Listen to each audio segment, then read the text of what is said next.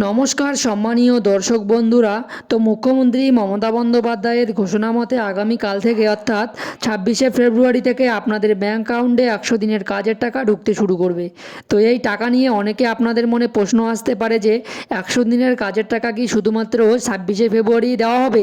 আপনি 26শে জানুয়ারি টাকা পাবেন কি না, আর কতদিন এই টাকা দেবে, এবং জেলাভিত্তিক টাকা দেওয়া হবে কি না? তো যদি জেলাভিত্তিক টাকা দেওয়া হয় তাহলে কোন জেলা আগে এবং কোন জেলা পরে পাবে? তো আজকের ভিডিওতে এই সমস্ত প্রশ্নের সঠিক তথ্য দিয়ে আপনাদেরকে সহযোগিতা করব, তাই ভিডিওটি শেষ পর্যন্ত অবশ্যই দেখবেন। আর যদি চ্যানেলে নতুন হয়ে থাকেন চ্যানেলটি সাবস্ক্রাইব করে পাশে থাকা বেল আইকনটি অল করে রাখবেন এই সমস্ত ভিডিওর আপডেটগুলি সবার আগে পাওয়ার জন্য। তো চলুন বন্ধুরা ভিডিওটি শুরু করা যাক। তো দেখুন, এই সংক্রান্ত আপডেটে বলা হয়েছে শুধু 26শে ফেব্রুয়ারি নয়, তারপর টানা 5 দিন অর্থাৎ 1লা মার্চ পর্যন্ত চলবে 100 দিনের কাজের বঞ্চিতদের ব্যাঙ্ক অ্যাকাউন্টে টাকা পাঠানো। ফলে 26শে ফেব্রুয়ারি কোনো ন্যায্য প্রাপকের অ্যাকাউন্টে টাকা না ঢুকলেও তিনি বিচলিত হবেন না। শুক্রবার সব জেলা শাসকদের সঙ্গে বৈঠক করে সংশ্লিষ্ট সকলকে এই ব্যাপারে সচেতন করার নির্দেশ দিয়েছে মুখ্য সচিব বিপি গোপালিকা।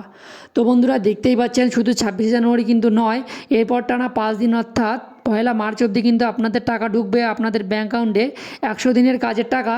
তো যারা কালকে অর্থাৎ 26শে জানুয়ারি টাকা পাবেন না তাদের বিচলিত হওয়ার কোনো দরকার নেই, এই টাকা কিন্তু আপনাদের 1লা মার্চ অবধি দেবে।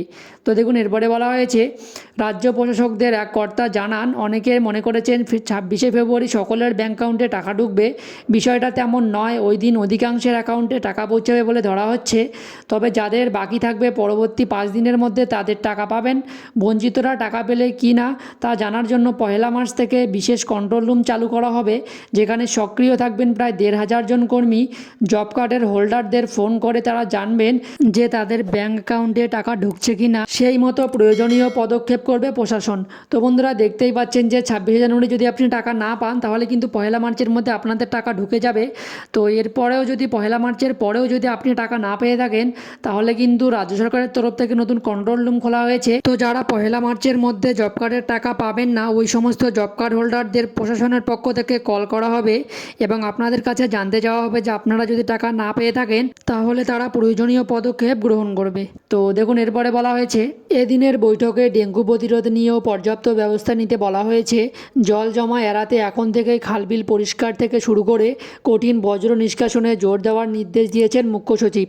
জেলা প্রশাসনের কর্তাদের পাশাপাশি এই বৈঠকে ছিলেন স্বাস্থ্য, পুর ও প্রশাসনের কর্তাদের পাশাপাশি পঞ্চায়েত সহ সংশ্লিষ্ট সমস্ত দপ্তরের সচিবরা।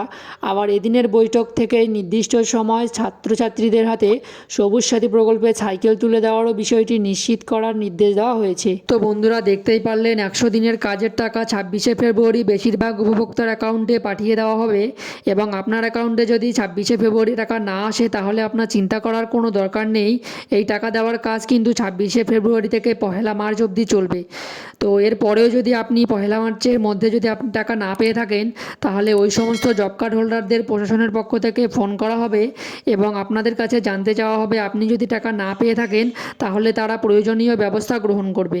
তো বন্ধুরা, এবার জেলাভিত্তিক টাকা দেওয়া হবে কিনা এই নিয়ে আপনাদের জানিয়ে রাখি, জেলাভিত্তিক টাকা দেওয়ার এরকম কোনো ব্যাপার নেই। তবে বেশিরভাগ উপভোক্তার অ্যাকাউন্টে 26শে ফেব্রুয়ারি টাকা ঢুকে যাবে, আর যাদের 26শে ফেব্রুয়ারি টাকা ঢুকবে না তাদের 1লা মার্চের মধ্যে তাদের টাকা ব্যাঙ্ক অ্যাকাউন্টে ঢুকে যাবে।